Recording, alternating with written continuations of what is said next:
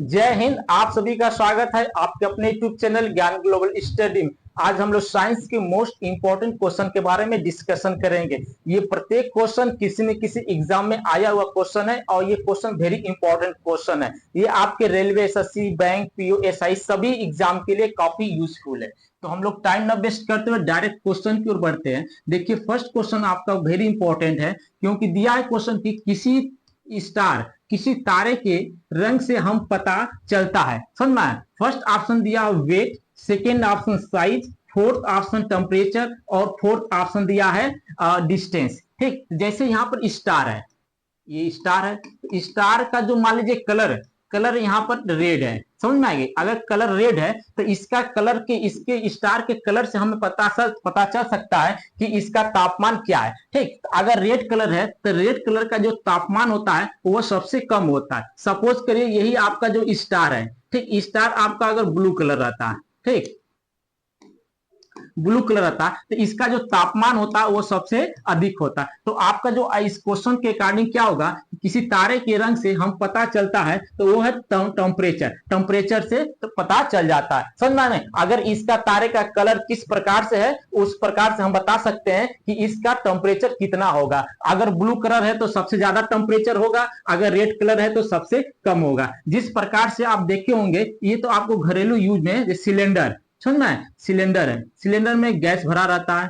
समझ में आया? जब गैस सिलेंडर आता है, गैस भरा रहता है उसमें, तो देखेंगे जब इसको आप जलाएंगे तो ये आपका जो ब्लू कलर जलता है। समझ में आया? क्यों? क्योंकि इसका तापमान अधिक होता है उस समय, क्योंकि खाली नहीं रहता है। अब जैसे जैसे सिलेंडर आपका कम होता जाता है, समझना है, जैसे जैसे सिलेंडर कम होता जाता है, जब आप जलाते हैं तो देखते हैं कि रेड कलर का जलता है। समझना है? तब आप पहचान सकते हैं कि गैस में सिलेंडर क्या है, वो कम हो रहा है। ठीक, समझना है? मतलब इसका तापमान धीरे धीरे कम हो रहा है। तो आप ऐसे भी देख सकते हैं। ये बहुत इंपॉर्टेंट क्वेश्चन है, ये आपका एनटीपीसी रेलवे में और एसएससी में क्वेश्चन पूछा हुआ। ठीक, समझ गए? ठीक कंसेप्ट। अब बढ़ते हैं नेक्स्ट क्वेश्चन। नेक्स्ट क्वेश्चन दिया है कि आइंस्टीन के E equal to M C square में C क्या है। समझना है? तो इसमें दिया है आइंस्टीन के E equal to M C square, M C square, ये स्क्वायर है, टू नहीं ऊपर लिया क्योंकि टाइपिंग में स्क्वायर नहीं आ रहा था। समझना है? तो जो यहाँ पर एम दिया है वो आपका क्या मास है। समझना है? मास है।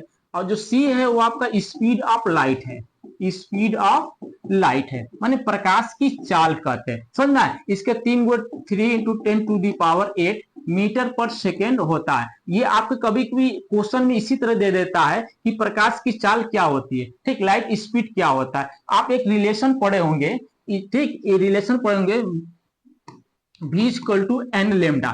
ठीक, यहाँ पर जो है एन इक्वल टू न्यू भी लिखते हैं। ये दोनों आपका क्या फ्रीक्वेंसी है। समझ में आएगा? आप फ्रीक्वेंसी है, या तो आप न्यू का यूज करेंगे या तो आप एन का यूज करेंगे। ये क्या वेवलेंथ है। समझना? ये वेवलेंथ है।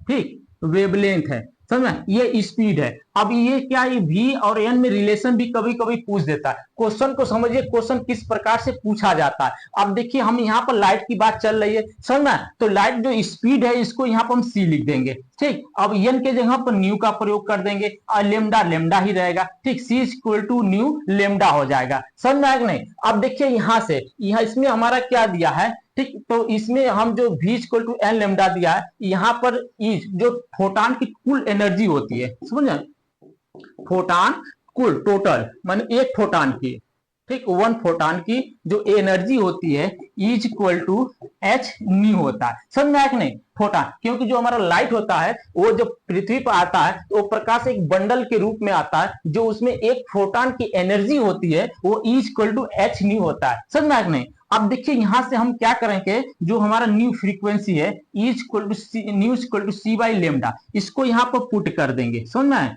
ठीक, एच तो रहेगा, एच आपका प्लांक कांस्टेंट है। ठीक, न्यू के स्थान पर हम क्या लिख देंगे, सी बाई लेमडा लिख देंगे। ठीक, तो क्वेश्चन में कभी कभी आपको ये भी ऑप्शन में दे देता है कि फोटान का एनर्जी दे देगा, उसमें लिखा रहेगा एच सी बाई लेमडा, किसी में एच सी लिख देगा। समझना? इस प्रकार से 4 ऑप्शन देगा, तो एक क्वेश्चन से आप कई क्वेश्चन कर सकते हैं। ठीक, ये भी आपको दे सकता है, ये भी दे सकता है, समझ में, और ये भी दे सकता है, और यहाँ पर 4 क्वेश्चन दे सकता है आपको कि केवल क्वेश्चन यही पूछेगा। ठीक, और एक क्वेश्चन ये दिया है कि सी क्या, प्रकाश की चाल है। तो यहाँ पर क्या, स्पीड ऑफ लाइट, आपका सेकेंड ऑप्शन सही है। ठीक, बढ़ते हैं नेक्स्ट क्वेश्चन।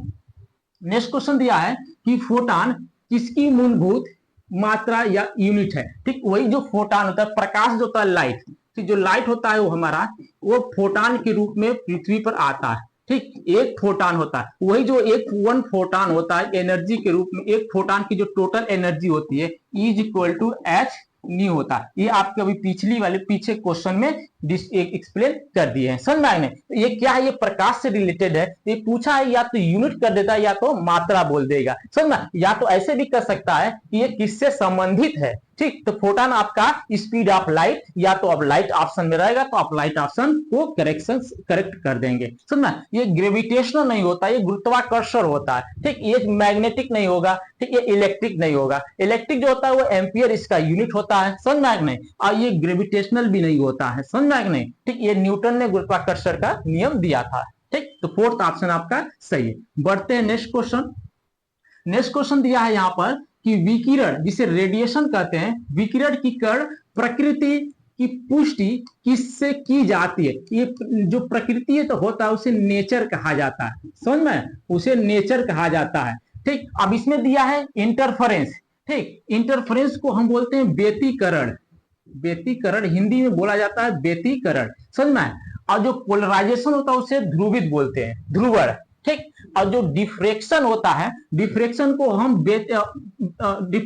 विवर्तन कहा जाता है, विवर्तन कहा जाता है। अब देखिए यहाँ पर, अब जो तो फोर्थ ऑप्शन है फोटो इलेक्ट्रिक इफेक्ट, इसे शॉर्ट फॉर्म में पीईई बोलते हैं, समझ में आया नहीं। तो ये क्या क्या है, जो विकिरण की कण प्रकृति की पुष्टि किससे की जाती है, तो फोटो इलेक्ट्रिक इफेक्ट के माध्यम से किया जाता है। अब ये समझिए यहाँ पर, ये आपको हम जब इसके चैप्टर के बारे में पढ़ाएंगे तो वहां पर हम आपको एक्सप्लेन करके और बृहत में बताएंगे, क्योंकि ये ऑब्जेक्टिव क्वेश्चन है, समझना है। तो यहाँ पे एक दो प्लेट होता है, एक होता है रीड, एक होता है प्लस, समझ में नहीं। ठीक, अब यहाँ पर बैटरी से लगा रहता है।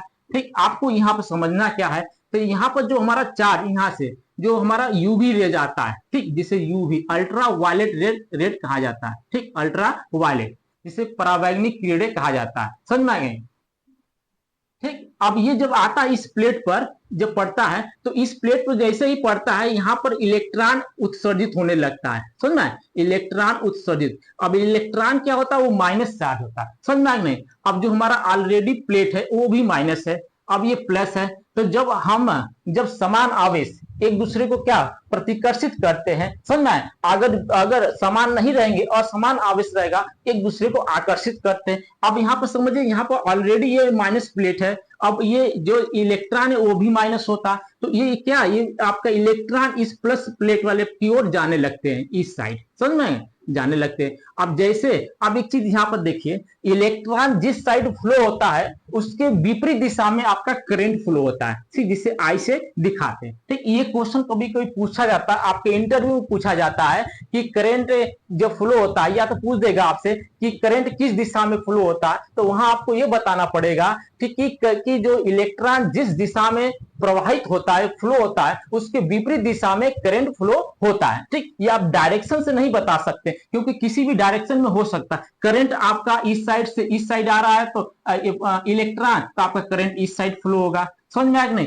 अगर ये आपका इलेक्ट्रॉन इस साइड जा रहा है तो करंट इस साइड फ्लो होगा, तो आप डायरेक्शन नहीं कर सकते, आपको वहां पर देखना पड़ेगा कि इलेक्ट्रॉन किस साइड जा रहा है। ये तो हो गया फोटो इलेक्ट्रिक इफेक्ट, यही में हो जाए E इक्वल टू फोटान के रूप में आता है, E equal to H nu होता है, समझ में आया नहीं। ठीक, अब देखिए जो इंटरफेरेंस क्या होता है, आपका जो ऑप्शन के अकॉर्डिंग, आप क्वेश्चन के अकॉर्डिंग फोर्थ ऑप्शन आपका सही है। ये फोटो इलेक्ट्रिक इफेक्ट होगा कि हम रेडिएशन की जो नेचर होता है, जो प्रकाश आता है उसके नेचर हम किस माध्यम से बता सकते हैं, तो फोटो इलेक्ट्रिक इफेक्ट के माध्यम से बता सकते हैं। ठीक, अब इन चारों ऑप्शन के बारे में भी थोड़ा सा जान लीजिए। देखिए इंटरफेरेंस क्या होता है, जिसे व्यतिकरण कहते हैं। जब दो समान, ठीक, जब दो समान फ्रीक्वेंसी जब एक दूसरे के ऊपर अध्यारोपित या सुपरपोजिशन होता है, तो वहां पर कुछ क्षण के लिए जो पिच होता है, ठीक, पिच जिसे आवृत्ति कहते हैं या तारत्व होता है, समझे, वो क्या है, कुछ समय के लिए रुक जाता है। ठीक, तो इस घटना को हम इंटरफेरेंस कहते हैं, जिसे हम व्यतिकरण कहा जाता है। इसी में आपको जो साबुन का बुलबुला होता है वो चमकता किस कारण से? इंटरफेरेंस के कारण से। समझ में आए? जो आपका पिच होता है या तो तारत कहते हैं या तो फ्रीक्वेंसी होता है, वो घट जाता है, बढ़ जाता है। समझ में आए? कहीं घटेगा कहीं बढ़ेगा, इस घटना को हम इंटरफेरेंस कहते हैं। और जो पोलराइजेशन होता है ये आपको लाइट में देखने को मिलता है, ये साउंड में नहीं होता है। समझ में? नहीं, ये साउंड में नहीं होता है आपका पोलराइजेशन। पोलराइजेशन के माध्यम से हम जो लाइट रेज कई प्रकार से आता है, जैसे जो मैच खेलते हैं आप देखते हैं वहां पर पोलराइजेशन ग्लास का यूज करते हैं, क्योंकि जो प्रकाश आता है वो आपका कई वेव आता है एक साथ। ठीक, कई वेव आता है एक साथ और सभी वेव का स्पीड भी अलग अलग रहता है। जब यहाँ पर पोलराइज ग्लास का यूज कर देते हैं तो आपका सभी रेज मिलकर एक रेज चलने लगता है, जिसे हम पोलराइजेशन कहते हैं। तो जिससे चकाचौंध आपको नहीं होता है, तो आप आसानी से देख सकते हैं, या क्रिकेट मैच खेलते हैं तो आप कैच को भी आसानी से ले सकते हैं। ठीक, आपको दिक्कत नहीं हो, लाइट में देखने को मिलता है। अब डिफ्रेक्शन क्या होता है? ये डिफ्रेक्शन आपको साउंड में देखने को मिलता है, ओनली साउंड में। ठीक, ओनली साउंड में। ठीक, ओनली ये क्या काम करता है? ठीक, ये साउंड में जैसे एक रूम है, यहाँ पर एक दूसरा रूम है, इस रूम से आप जब बात करते हैं तो आपकी आवाज दूसरे रूम में जाता है। जैसे हम यहाँ पढ़ा रहे हैं तो बगल में भी जो आवाज है वो हमारा जा रहा है। क्यों? क्योंकि जो हमारा साउंड है, साउंड को वो फैलाता है। फैलाने का काम कौन करता है? वो डिफ्रेक्शन, जिसे विवर्तन कहा जाता है। ये क्वेश्चन बहुत पूछा जाता है, आपको जो साउंड देखने को साउंड किस माध्यम से फैलाता है या विस्तारित करता है, वो आपका विवर्तन हो गया। तो इसमें आपका 4 से 5 क्वेश्चन बनता है, लेकिन जो आपका क्वेश्चन दिया, क्वेश्चन के अकॉर्डिंग आपका 4th ऑप्शन सही है। बढ़ते हैं नेक्स्ट क्वेश्चन।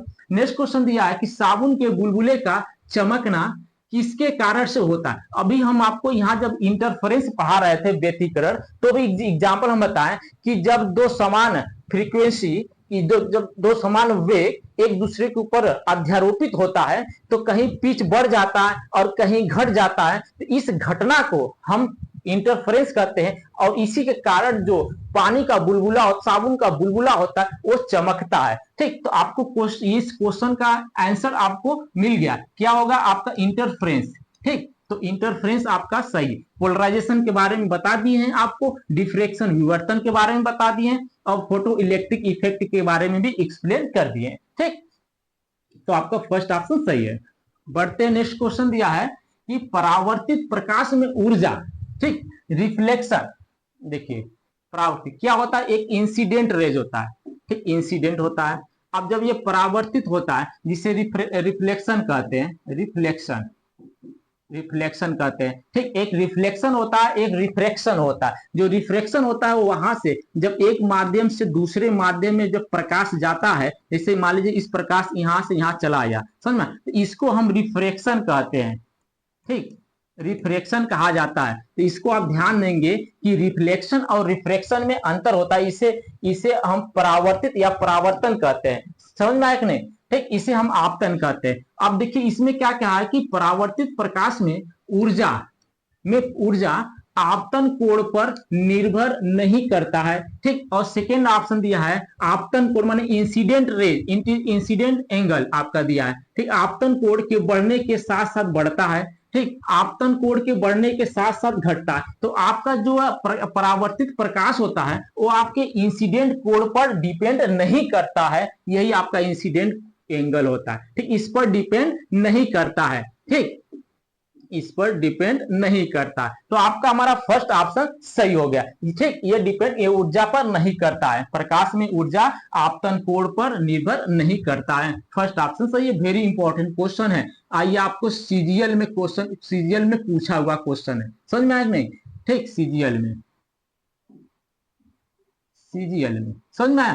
ठीक, बढ़ते हैं नेक्स्ट क्वेश्चन। नेक्स्ट क्वेश्चन दिया है कि प्रकाश की गति बढ़ जाती है। समझ में, प्रकाश की गति बढ़ जाती है। इसमें दिया है कि डेंस से फ्रॉम रेयर, माने डेंसर से रेयर में जाने पर, या रेयर से डेंसर में जाने पर, या बोथ, या नन ऑफ दिस। ठीक, अब यहाँ पे एक चीज समझिए, ये मीडियम है, ये फर्स्ट मीडियम है, ये सेकेंड मीडियम। यहाँ पर कहा कि प्रकाश की गति बढ़ जाती। आपको हम एग्जाम्पल के माध्यम से बताते हैं। जैसे आप मान लीजिए कहीं बाइक से जा रहे हैं, समझ में, कहीं को मेला वगैरह लगा हुआ है तो क्या उसमें से आप जल्दी क्रॉस हो पाएंगे? नहीं क्रॉस हो पाएंगे, क्योंकि वहां पर आदमी की संख्या ज्यादा होती है, ठीक, और स्पेस कम होता है, जिस कारण से आप वहां बाइक से बहुत तेजी से नहीं निकल सकते। जैसे ही जहां पर मेला लगा रहता है कुछ डिस्टेंस पर, जैसे ही वो क्रॉस करते हैं या कोई चौराहा है आप उसको क्रॉस करते हैं, उसके बाद आप बहुत तेजी से बाइक चलाकर जाते हैं। क्यों? क्योंकि वहां पर आपको स्पेस मिलता है, जिस कारण से कम मेंबर होने के कारण आप स्पीड बढ़ा देते हैं, समझ में? वहां भीड़ वगैरह नहीं रहता है। तो जहां पर भीड़ रहेगा, ठीक, सीधा सीधा समझिए, जहां पर भीड़ रहेगा आपकी स्पीड ऑटोमेटिक कम हो जाएगी, जहां पर भीड़ नहीं रहेगा वहां पर स्पीड ऑटोमेटिक आपकी बढ़ जाएगी। बस वही है, जो डेंस होता है इसे हम घनत्व कहते हैं। घनत्व होता है, जो रेयर होता है उसे विरल कहते हैं, ठीक, ये विरल, रेयर को विरल कहा जाता है। इसे घन, इसका डेंस माने जिसकी घनत्व तो ज्यादा हो, समझ में? ठीक, तो मान लीजिए दो मीडियम है, एक डेंस है, एक रेयर है, समझ में? रेयर है, इसे विरल भी कहते हैं। इसे सघन कहा जाता है, इसे विरल। इसको लिख देखिए, सघन, सघन मतलब घना, अब विरल इसे बोलते हैं, विरल। आप देखे होंगे गांव में जब गेहूं वगैरह बोआ जाता है तो वहां पर कहीं पर गेहूं अगर ज्यादा गिर जाता है तो वहां पर जम जाता है, तो उसको कहते हैं कि बहुत घना जम गया। वही घना को सघन बोलते हैं, या तो डेंस बोल सकते हैं, समझे? या तो भीड़, जैसे आप कहीं पर जा रहे हैं, वो ज्यादा भीड़ है तो वहां पर आप क्रॉस नहीं कर सकते, उसी को डेंस बोलते हैं। रेयर माने विरल, जहां पर दूर दूर होता है, समझना? दूर दूर लोग उसे विरल कहा जाता है, समझना? मान लीजिए 1 किलोमीटर एरिया में 10 घर है और फिर दूसरे एरिया में जाएंगे तो 1 किलोमीटर में 100 घर है, तो जहां पर 100 घर है उसकी डेंसिटी ज्यादा होगी, उसी को डेंस कहते हैं, समझना? और जहां पर आपका 10 ही घर होगा वहां पर रेयर होगा, माने दूर दूर होगा। तो यहाँ पर क्या है, जब एक मीडियम से दूसरे मीडियम में जाता है यहां से, तो इसकी स्पीड जो होती है, इस लाइट की स्पीड जो है बढ़ जाती है, समझना? कि ये स्पीड बढ़ जाती है, स्पीड, या तो इस मीडियम से मीडियम तो भी स्पीड क्या आपकी बढ़ जाती है, समझ में? लाइट की स्पीड बढ़ जाती है। तो ये हमारा फर्स्ट ऑप्शन सही होगा। ये आप ध्यान देंगे, रेयर फ्रॉम डेंसर नहीं होगा, बोथ भी नहीं होगा, ठीक। बढ़ते हैं नेक्स्ट क्वेश्चन। आप कंसेप्ट समझे रहेंगे तो आप क्वेश्चन को आसान से कर लेंगे। यहां पर दिया है कि सेकेंडरी कलर किसे कहते हैं, ठीक, सेकेंडरी कलर किसे कहते हैं। अब इसके बाद देखिए क्वेश्चन दिया है, ये कॉम्प्लीमेंट्री दिया है, तो इसके पहले हम बता देते हैं आपको कि प्राइमरी कलर किसे कहते हैं, तो आपको सेकेंडरी कलर बहुत आसान से समझ में आ जाएगा, ठीक। प्राइमरी कलर को कहा जाता है, ठीक, प्राथमिक कलर भी कहते हैं, समझ में? नहीं, प्राथमिक कलर का है, या तो आप मूल कलर भी कहा जाता है, समझ में? नहीं, तो आप देखिए जो प्राथमिक कलर होता है वो आपका रेड, ग्रीन और ब्लू, यही 3 कलर होता है, ठीक। पहले ये चीज समझ जाइए, ये जो कलर आप समझ रहे हैं ये आपके पेंट पर काम नहीं करता है, जो वो दूसरा नियम होता है, उसमें प्राथमिक कलर दूसरा होता है, प्राइमरी कलर दूसरा होता है, सेकेंडरी कलर दूसरा होता है। ये आपके इसके लिए है, समझ? जैसे बोर्ड है तो इसमें आपका काम देगा, पेंट के लिए पेंट पर लागू नहीं होगा, ये समझ में? तो ये देखिए, ये प्राइमरी कलर है, रेड को आर लिख देते हैं, ग्रीन को जी लिख देते हैं, ब्लू को बी लिख देते हैं, ठीक। ये आपका प्राइमरी कलर है। यहां पूछा सेकेंडरी कलर, तो प्राइमरी, अगर 2 प्राइमरी कलर को मिला देते हैं तो एक सेकेंडरी कलर तैयार हो जाता है, ठीक। समझ, जैसे रेड और ग्रीन को आप मिला दिए, समझ में? तो यहां पर आपका येलो कलर प्राप्त हो जाता है, समझ में? ठीक। और अगर ग्रीन और ब्लू को मिला देते हैं तो आपका सियान कलर प्राप्त हो जाता है, ठीक। सियान कलर को पिकाक कलर भी कहा जाता है, जैसे मोर का कलर होता है, ठीक। और जब रेड कलर और ब्लू कलर को जो मिला देते हैं तो आपको मेजेंटा कलर प्राप्त हो जाता है, समझना? तो ये क्या, प्राइमरी कलर पूछे तो रेड, ग्रीन, ब्लू, अगर सेकेंडरी कलर पूछे तो येलो, मेजेंडा और सियान कलर, समझना? इसमें पूछा क्या कि सेकेंडरी कलर कौन सा है, first option yellow, second option magenta, third option सियान। तो आपका 3 का तीनों जो ऑप्शन दिया है ऊपर से, वो क्या है, हमारा सेकेंडरी कलर है, समझ में? जिसे द्वितीय कलर कहा जाता है। तो येलो भी सही है, ठीक, आपका मेजेंडा भी कलर सही है और सियान भी कलर सही है। सियान को पिकाक कलर भी कहा जाता है, तो ऑप्शन में पिकाक भी दे देगा तो आप कंफ्यूजन नहीं हुई है। तो यहां पर ऑप्शन आपका फोर्थ ऑप्शन सही हो जाएगा, ठीक। आल, आल माने सभी ऑप्शन सही है, समझ में आपने? ठीक। आप देखिए ये समझ गए ना, इसके बाद जो क्वेश्चन आएगा आप उसको ऑटोमेटिक कर लेंगे, वहां पर हमको बताने की जरूरत भी नहीं पड़ेगा। देखिए यहां दिया कि कॉम्प्लीमेंट्री कलर किसे कहते हैं, जिसे पूरक कलर कहा जाता है, समझ में? आप प्राथमिक कलर समझ गए, द्वितीय कलर समझ गए, समझ, जिसे सेकेंडरी कलर कहा जाता है, ठीक। तो प्राथमिक कलर और द्वितीय कलर को अगर आप मिला देते हैं उसे हम पूरा कलर या कंप्लीमेंट्री कलर कहते हैं। ठीक, आप समझिए यहां से प्राइमरी कलर का रेड, ग्रीन और ब्लू है, समझना है। अब जब इन दोनों को मिलाए तो यहां पर क्या प्राप्त हुआ था, येलो कलर प्राप्त हुआ था। ठीक, यहां पर मेजेंडा कलर प्राप्त हुआ था। ठीक, मेजेंटा कलर और यहां पर सियान कलर।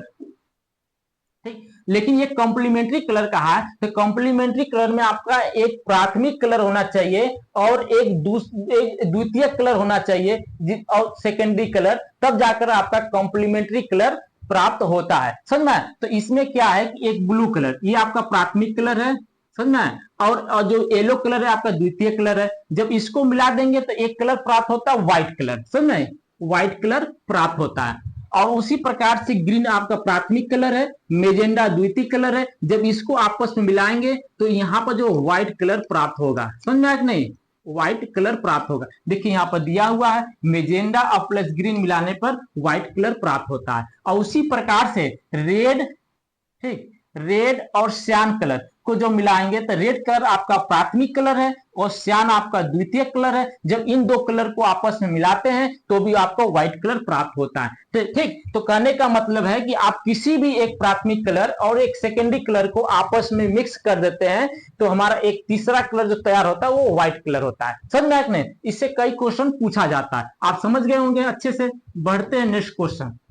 नेक्स्ट क्वेश्चन दिया है कि दो प्राथमिक रंग जिसमें एक रेड और दूसरा ग्रीन के मिश्रण से कौन सा सेकेंडरी कलर प्राप्त होता है। ठीक, अब कंसेप्ट तो आप समझ ही गए हैं। यहां पर जो देखिए प्राइमरी कलर है रेड, ग्रीन और ब्लू, ये क्या कहा है, दो प्राथमिक कलर, एक रेड और एक ग्रीन कलर। एक रेड आपका यहां पर दिया है, ग्रीन यहां पर दिया, इन दोनों को मिलाने से सेकेंडरी कलर कौन सा कलर प्राप्त होगा, इन दोनों को मिलाने से हमारा येलो कलर प्राप्त होता है। इन ऑप्शन में देख लीजिए, फर्स्ट ऑप्शन येलो दिया है तो फर्स्ट ऑप्शन ही सही हो गया, समझ में आ गया। अगर क्वेश्चन इसी जगह बोल देता कि रेड और ब्लू मिलाने पर कौन सा कलर प्राप्त होता तो हमारा मेजेंडा सही हो जाता। ठीक, अब तीसरा क्वेश्चन इसी में बना देता कि आपका यहाँ पर ग्रीन कलर और ब्लू कलर मिलाने से, ठीक, कौन सा सेकेंडरी कलर प्राप्त होता है, आपका यहां पर सियान कलर प्राप्त हो जाता है। तो यहां पर देखिए 3-4 क्वेश्चन आपको बनता है।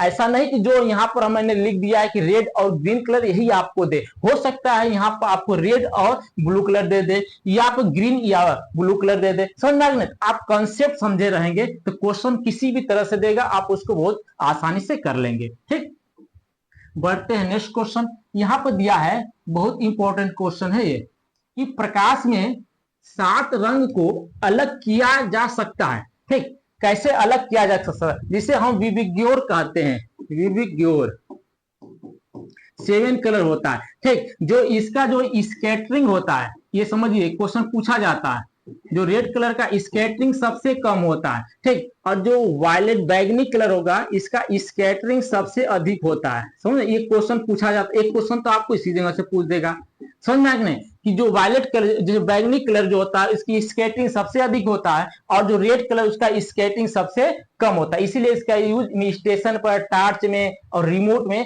किया जाता है, समझ में नहीं। अब उसके बाद हम इसमें जो 7 कलर होता है, ठीक, अब इसमें इसमें हम फर्स्ट ऑप्शन दिया फिल्टर। आप फिल्टर करके किसी कलर को आप बता नहीं सकते हैं। ठीक, तो फर्स्ट ऑप्शन आपको उतना ऑथेंटिक नहीं। सेकेंड ऑप्शन मिरर के माध्यम से, मिरर के माध्यम से भी आप कलर को डिफाइन नहीं कर सकते हैं कि वह कलर किस प्रकार से है। ठीक, जो 7 रंग उसको आप डिवाइड नहीं कर सकते हैं। ठीक, अब फोर्थ ऑप्शन दिया है आपका वाटर से भी नहीं कर सकते। थर्ड ऑप्शन दिया है आपका प्रिज्म, आप प्रिज्म के माध्यम से 7 कलर को आप कर सकते हैं। जैसे यहाँ पर प्रिज्म दिया है, समझ में, प्रिज्म बनाते हैं यहाँ पर। ठीक, ये प्रिज्म दिया है, प्रिज्म।